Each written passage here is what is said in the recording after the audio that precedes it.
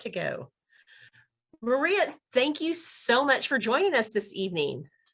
Well, thank you. Do I not get to do the name game? Oh, we definitely want you to do the name game because I have questions about the whole winter trope and comments that you've made on that. But I'll wait on the winter trope then, since you've got questions. But I'll just say Maria Vale, New York City. Okay, what is it? What are you reading, watching, and listening to? I am reading. I've actually just finished Christopher Buhlmann's The Lesser Dead. I don't read a lot of horror, but he is actually super good without being kind of disgusting. I don't like anything that's cruel. I mean, okay, they're cruel, but they're like vampires being cruel to each other. So in some ways, it doesn't, it's like, I'm listening to Hester Fox's A Lullaby for Witches. It's just, it's October. So my reading is sort of going into that creepy, and that takes place in Salem. It's 2 timelines. So far, I mean, I'm just sort of starting it, but so far I'm enjoying it. What am I reading? Oh, and also on the spooky, I love What We Do in the Shadows, which is about the vampires in Staten Island. And there's something new that's come out on HBO called Los Espookies, which is about a bunch of sort of young, well, not teenagers, but sort of new adults who create scary scenarios. And the first one is for one of the characters, quinceañera, but then he's hired by a local priest who feels like he's being sort of overshadowed by the handsome young priest to do a fake exorcism, which goes off really, really well. Anyway, it's sort of funny and charming. And it's in Spanish with English subtitles until people start speaking English, at which point it becomes Spanish subtitles. So, it's sort of like perfectly bilingual. So that is it. I keep seeing the ads and for the show that you're mentioning on HBO, and I've been curious about it. I haven't delved into it, but it's on my list. So it's definitely worthwhile to check out. It's worth checking out. It's the first episode. And I always find that the first episode of anything is always a little bit, you just have to get me enough to want to do the second episode. One of my favorite shows is that nobody's ever heard of is called The Detectorists, which is about metal detectors in Sussex. No, I have heard about that. Yes. It is so good. It's like the best show I've ever seen in my life. I think we've talked about it before in book club even. It's so gentle and lovely and funny and just sort of humane. I really, really like it. So anybody who hasn't seen it and has a chance to see it. But the first episode is not great. You have to kind of live through that. Yeah, that's kind of where I am right now with the intro of the fall season. And that anytime there's a new show that's premiering, it's like, okay, let me go ahead and check it out, give it a few episodes. Right. Because like you said, sometimes the first episode might not be that great, or it is fantastic, and then it tapers off at the end. It's like, okay, I've got to figure out, is this something I want to stick with? Right. So my DVR kind of starts piling up. Right. It's like Saturday Night Live. Can I just say, I'm just too old for Saturday Night Live now, as it turns out. They've got a whole new cast, nobody who I recognize, and half the references I don't get. It's like the first one started out with Corn Boy, didn't know who that was, and then went on to an app called Be Real, didn't know what that was. And so I spent the entire time watching it on a Sunday morning, because that's when people who fall asleep at 9:30 watch it. And I spent the entire time trying to look up the references. Well, at least I'm not the only one in that boat then.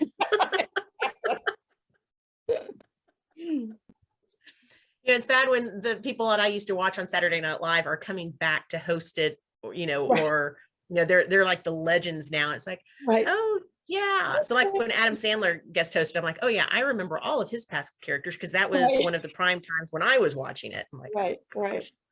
yeah. But Maria, tell us a little bit more about you and how you got into writing. Let's actually talk about books, right? Okay, let's talk about books. So I always thought of myself as a reader and not as a writer. I was not one of these people who wrote stories from the time they were 6 years old. I loved other people's stories. I didn't feel like I had my own, to be honest. And then I moved to Germany with my husband, my 7-year-old, and my 4-month-old. And that was kind of chaotic. And I didn't know anybody. My husband was traveling all the time. And so I needed something to fill up the time. I had an idea for a YA, which didn't end up going anywhere. I wrote 2 volumes. I got enough. It went enough so that a agent wanted to look at it and wanted to represent it. It did not go any further than that. But that was something. The point was I had a story idea and I finished it. It's like the ability to finish something is a huge deal, whether it goes anywhere or not. Finishing it is big. And that gave me the confidence when I had another idea later to go for it. I could actually have an idea and finish it. And that actually I didn't do until we were back in the United States. So, and I had the idea I had at that point was I was reading a shifter novel, and I don't remember which it was, but it was one where, guys are tough, they're SEALs or motorcycle club, and they've got this horrible beast that they're trying to keep under wraps. And I thought, wolves aren't actually that horrible. If wolves were really horrible, if they were really the creatures that we think of in fairy tales, you would not have little Bo Peep guarding her sheep with nothing but a shepherd's crook. They're pretty shy. They're pretty reticent. And so I thought, let's switch this around. Let's make the human the sort of secondary form. And it's one of those stories, everybody does this. You think, that's not the story I want to read. This is the story I want to read. And if you think that, then you have to write it. So, and I got, that was published in 2018. That was called The Last Wolf, and was published in 2018. And I was seconds away. I was 57, which is, kind of late to get started. And at first I thought, I'm never going to tell anybody that, because everybody else is 20 years younger than I am. But then I thought, there's somebody out there who has a great idea and who's saying it's too late to get started. And I'm just out here to say, it is absolutely not too late. So, and then I got a contract for 3 books.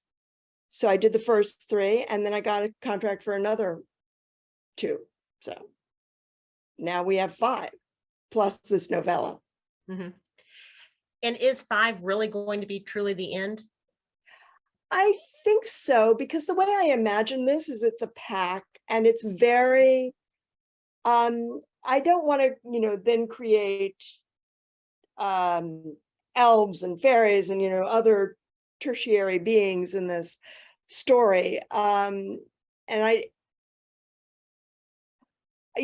are books that I've loved, I won't name names, that started out with a certain kind of world, but became incredibly popular. And then suddenly a zillion other creatures come into it. Right. And I felt like those sometimes lost their way. to me, it's better to stop it at a place where it's not losing its way. Mhm. And I mean, I did this novella, and I may do another novella or something for a collection, but I think this is fine. We always like revisiting some of the characters that we love also. Yeah. So, we won't turn down any extras, but but when you're talking about that, you were really wanting to kind of put everything on its ear, essentially, like you said, and that the wolf is really the primary and the human is the secondary. It's interesting because I was talking to somebody before this interview and they're like, oh, so, does it follow all the standard werewolf type tropes? And I'm like, well, no, it really doesn't. So when you are writing and creating the world and shifting everything, okay, wrong word maybe, and kind of twisting everything, is that freeing, or do you find other challenges because you are doing things different from everyone else? What is that like when you are creating a whole new world and new set of rules, so to speak? I mean, I think there's just something incredibly freeing about setting up some rules and staying within them. Because then, for example, something that I had not been initially an important plot point, but then becomes one, is the idea that when they shift, it's a slow process. It's not like you start jumping and suddenly you're a wolf. In this world, it's a long metamorphosis. Not it can be, I don't know, an hour and a half, an hour, whatever. Anyway, it takes a while. And I put in a sort of just a throwaway thing where if you change, if the iron moon comes out, which is when all the wolves have to be wolves. And the reason I created that was because I wanted there to be a moment when they, for 3 days, not just like 2 hours when you can hang out with a meat freezer in your basement and be disguised, but when you have to be wild. And the reason for that is so that I can emphasize the importance of the pack, because for 3 days, you need to be with your pack. For 3 days, you need to be in your territory. You cannot just be sort of hiding in a basement. That's not going to work. So I have this thing called the iron moon, which is the, sort of 3 days of the full moon. And I did a throwaway where it said, if the iron moon comes when you are wild, it turns you into a forever wolf. And that was not something I had intended to do anything with, but I just had this as why did they all have to be together in skin, as I say? Why did they all have to be together in their human form? And that was just my excuse. But then I realized, hey, wait, I've created this box. There's something I can do with that. So having that box forces you to think, what can I do to make this work for me and not just be something that I have to overcome? What I don't want to do is do a, Deus ex machina, suddenly that doesn't apply. Right. I like the rules to apply and be firm. So and how do you keep track of those? I mean, are you keeping a journal for those elements, or is it essentially something that you're just mentally keeping track of? People who keep story Bibles, I have absolute respect for. I have at most, I'm looking at it now, I have a spreadsheet with the wolves who are in their various, it's called echelons. So they have sort of age groups because it's too large to be controlled by the main alpha alone. But everything else, I kind of look up by going to the former volumes on my, on my Kindle reader. But I've messed up a couple of times. I changed the eye color on somebody, and I hope that nobody noticed. no, I don't have it written down in any succinct or logical way. I'm not that organized. Well, one of the other things that we've always found fascinating with different shifter novels is that animal side of things. So did you do additional research into wolf packs and their behavior so that you could incorporate that more into your stories? Because I think that's a much stronger and more integrated element of your stories, again, as compared to other writers. Well, yeah, I did a lot of research into wolves and into big things like pack dynamics, which are important. I mean, some things are a little dicey, like the position of the omega, or the position of the alpha. Really, they are just packs or just family units. So I'm taking some outdated research, which still has some validity in terms of how a pack works together. I mean, who knows if a pack was ever allowed to get really large, who knows how they would act? But they generally don't. They're generally quite confined. So I did a lot of that. The omega is, in sort of the traditional way of things, something of the peacekeeper. It is sort of low down on the pack, but also will try to stop aggression by being submissive, by sort of some submissive behaviors. So if two more powerful wolves are being aggressive, the omega becomes submissive. That kind of stop. That, as I said, he's like the peacekeeper there. So that I used in the 5th volume, because I have a wolf who is attentive to everything that's happening in the pack, because he is the omega and his job is to be the peacekeeper. And I like attention as an idea, because I think basically we all want attention. I think often money is a stand-in for attention. But I also did small things, like wolves are among the very few animals that have a white sclera around the outside of their eyes, as we do. And the idea has been that way you can see where your fellow hunters are looking. So if you're moving silently, you can see where another pack mate is looking and pay attention that way. So on the smaller level, on the level of lovers, again, I find that extremely lovely. This idea of paying attention, of knowing, like in Wolf in the Shadows, the hero feels in the heroine's body things that she does not like. She pretends to like, but he can feel in her body that she doesn't. And, very often in romance, we talk about, stretching, our kinks. We're all happy about kinks. But one of the things that we also have to allow our heroes and heroines is to say, no, not my thing. So in a way, this was my way of saying, not my thing. Maria, one thing I'm curious about too, because I know that you were a publisher, or not a publisher, I'm sorry, but you were a journalist for Publishers Weekly and Glamour and Redbook, but you are also a trained medievalist. So normally we're asking, well, how does it go from like the journalism into writing fiction and romance? But as a medievalist, I mean, how are you, how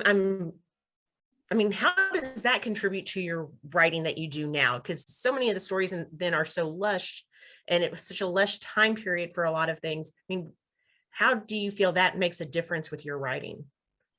It makes a difference in a very sort of in both the general and in the specific. In the general way, I mean, what I loved about medieval studies is that you studied art and history and English and the economics of the time, and music and all these different things. So you got a picture not longitudinal, not just economics through the ages, but a slice that went across and was very rich for being there, for having all of these different aspects. So I think anything like that, any studies like that, helps you imagine a world within one slice of time. So that I do think that does help. But more specifically, I spent some time studying Old English.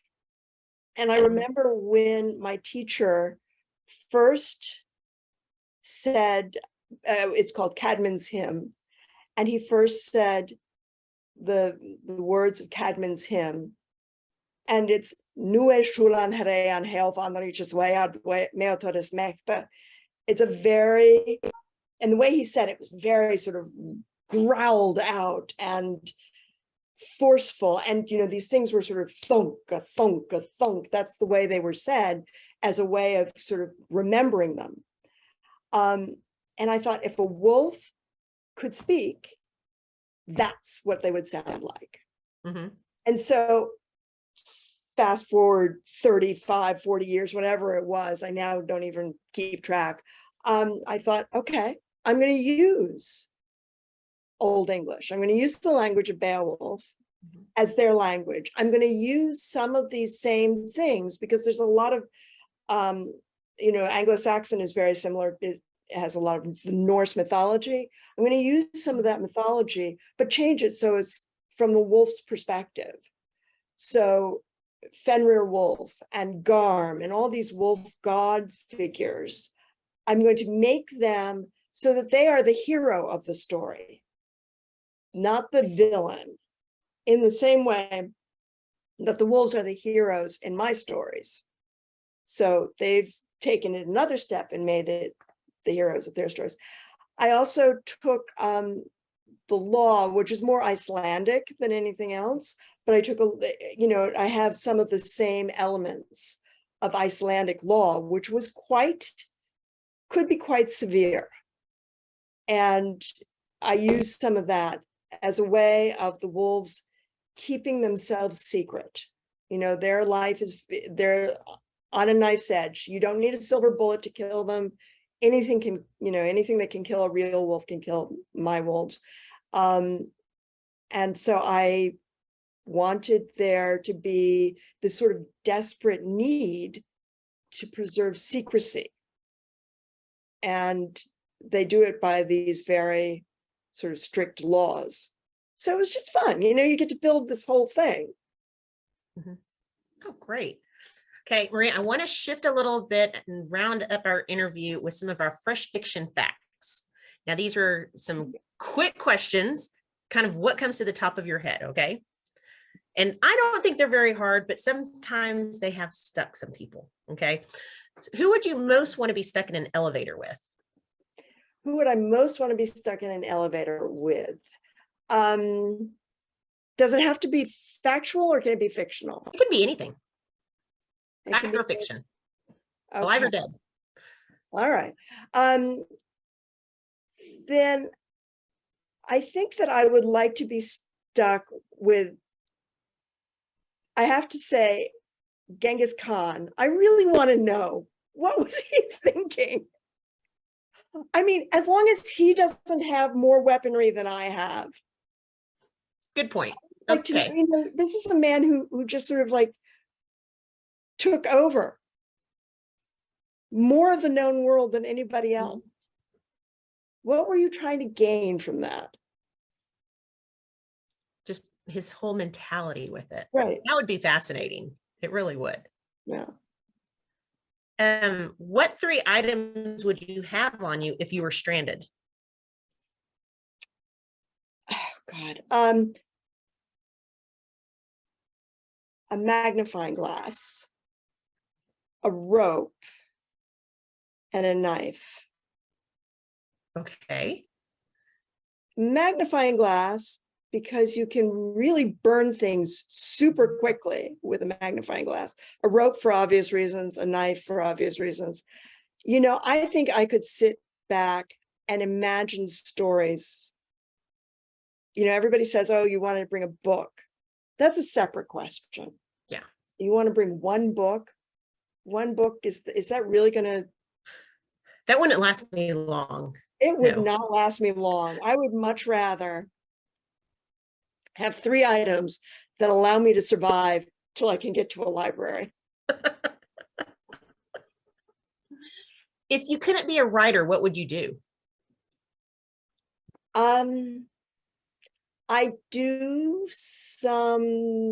volunteer work at a wildlife rescue in New York City. Oh man. Which I know sounds completely absurd, but no. We're actually on a migration path. And so we have a lot of birds who come through. We have possum and raccoons. We had a bat. We have, peregrine falcons. We have all sorts of things. I would absolutely do wildlife rehab. I love that. That was always what I wanted to do, was if I could be an exotic veterinarian, but I can't handle all the guts and stuff. And so instead now I'm just an engineer. So being a rehabber is lovely. You get to look, not everybody makes it, and that's part of it. But you do get to sort of take care of these animals, and you are trying to do your best to keep them wild and not keep them, right. Respect their wild. You don't want to domesticate them. Right. Right. They're not pets. What do you own a ridiculous amount of? Oh my God, what do I own a ridiculous amount of? Tea. I own way too much tea. I have like we will have to talk about that in the Q&A. Yes. And every kind of herbal tea and green teas. It's insane. And during the summer, I don't use it. So it's like, I use a lot during the winter, but not during the summer. Well, for us, I fixed up a cup of tea the other day because it was like 80 degrees. So I just needed the excuse to switch over to that. So I can understand. Now I've got to ask, following up on some of the earlier questions, then, who was your favorite Saturday Night Live actor or cast member? I loved a lot of them, but I had such admiration for Will Ferrell and his willingness to just sort of go out there, just really do crazy stuff. I really did. I mean, cowbells, that shirt, cowbells, was just it was comedic genius. What is your favorite writing fuel? Tea. During summer. But I listen to music. And I have music separated by different moods. So sort of, peaceful, tender, sexy, violent. I have them done by moods. I don't like a lot of music that I can really hear the lyrics to, because I don't like to have the words. So I have a lot of foreign music and a lot of instrumental. Okay. What luxury item or unnecessary product or service can you just not live without? I live in New York and I get food delivered. We have something called Fresh Direct. If you ever get books from me, they will almost always include a reusable shopping bag that I get from Fresh Direct, because I have 1,000 of them. I use them as I recycle everything I can recycle, and that's one of the ways I recycle. And how do you celebrate a new release? Nap. I take a nap. I mean, I find marketing very draining. It's Mhm. it's not the thing that I do best. And if I could not do it at all, I mean, this is lovely. Talking with readers, talking with you. This is not marketing to me. This is just sort of having fun. But it's like social media and that kind of thing, I find can be very draining. And by the time it's out, you don't know what the sales are. You don't even want to know what the sales are. And I feel like, okay, that's that. Let's get started. Let's move ahead on the next thing. So, well, speaking of that, and before we move into our Q&A happy hour with our readers, how can our readers stay in touch with you and find out about what all you're working on? I try to keep my website pretty up to date. I have a newsletter. So that is also, I do that once a month. And, I try to sort of mix it up. It's usually, right now, there are just a lot of things coming out. Like I have the final 3 books of the series are coming out in audio. So there's sort of announcements about that. There are announcements about this holiday novella. But it's also things like my readers are great, and they give me reader recs, so I pass those along. I try to sort of put them into some kind of logical grouping. I don't always succeed. So, and then I'm also on Twitter and on Instagram. I am not on Facebook. I got out of Facebook 3 years ago. It was honestly too complicated for me to deal with. I was, there had to be one thing that went, and it was going to be the one thing that I really didn't understand. So, well, now we know where we need to go and look for you then. So we'll definitely be checking all those out. And Maria, again, thank you so much for joining us tonight and for our interview. And we look forward to talking with you a little bit more in our happy hour. Thank you so much, Samantha.